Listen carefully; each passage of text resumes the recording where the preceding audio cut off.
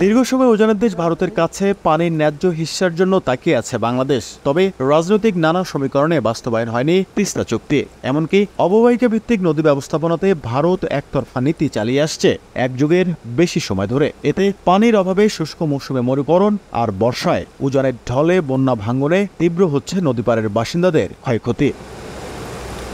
তিস্তা চুক্তি ও নদী ব্যবস্থাপনা যখন মুখ থুবড়ে পড়ে ভারতের নীতির কাছে, তখন তিস্তা পাড়ের মানুষ দাবি তুলে তিস্তা মহাপরিকল্পনা বাস্তবায়নের। অধিকার কর্মীরা বলছেন, তিস্তা চুক্তির জন্য কূটনৈতিক তৎপরতা বাড়াতে হবে। চীন করুক, ভারত করুক কিংবা দুই দেশ একসাথে করুক, এই জুলাইয়ে এই মহাপরিকল্পনা বিষয়ক সমস্ত ধোঁয়াশা দূর হওয়াটা অত্যন্ত জরুরি। খরাকালে পানি প্রাপ্তি এটা তো আমাদের অধিকার, এই অধিকার তো আমরা ছাড়তে পারি না।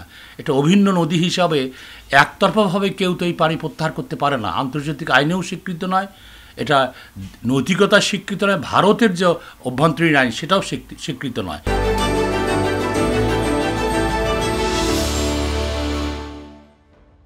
এদিকে জাতীয় পার্টির চেয়ারম্যান ও বিরোধী দলীয় নেতা জি.এম. কাদের প্রশ্ন তোলেন, দেশে যখন শত শত মেগা প্রকল্প নিজস্ব অর্থায়নে হচ্ছে, সেখানে কোটি মানুষের স্বপ্ন বাস্তবায়নে চীন ভারতের সিদ্ধান্তের উপর সরকারকে কেন নির্ভর করতে হচ্ছে? জনগণের স্বার্থের যে প্রজেক্ট সেগুলোতে আপনারা করছেন না কেন?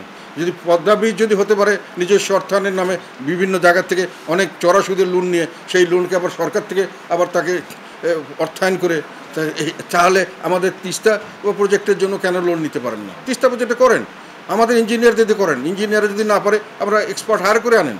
এটা নিয়ে আপনার ভারত কি বললো, চায়না কি বললো, আমেরিকা কি বললো, এসবের প্রশ্ন আসলো কেন? সম্প্রতি প্রধানমন্ত্রীর ভারত ও চীন সফরে গুরুত্ব পায় তিস্তা মহাপরিকল্পনা। তবে ভূরাজনৈতিক নানা কারণে এই প্রকল্প যেন কোনোভাবেই ভেস্তে না যায়, সেই দাবি নদী পাড়ের কোটি বাসিন্দার। নাজমুল ইসলাম নিশাত, সময় সংবাদ, রংপুর।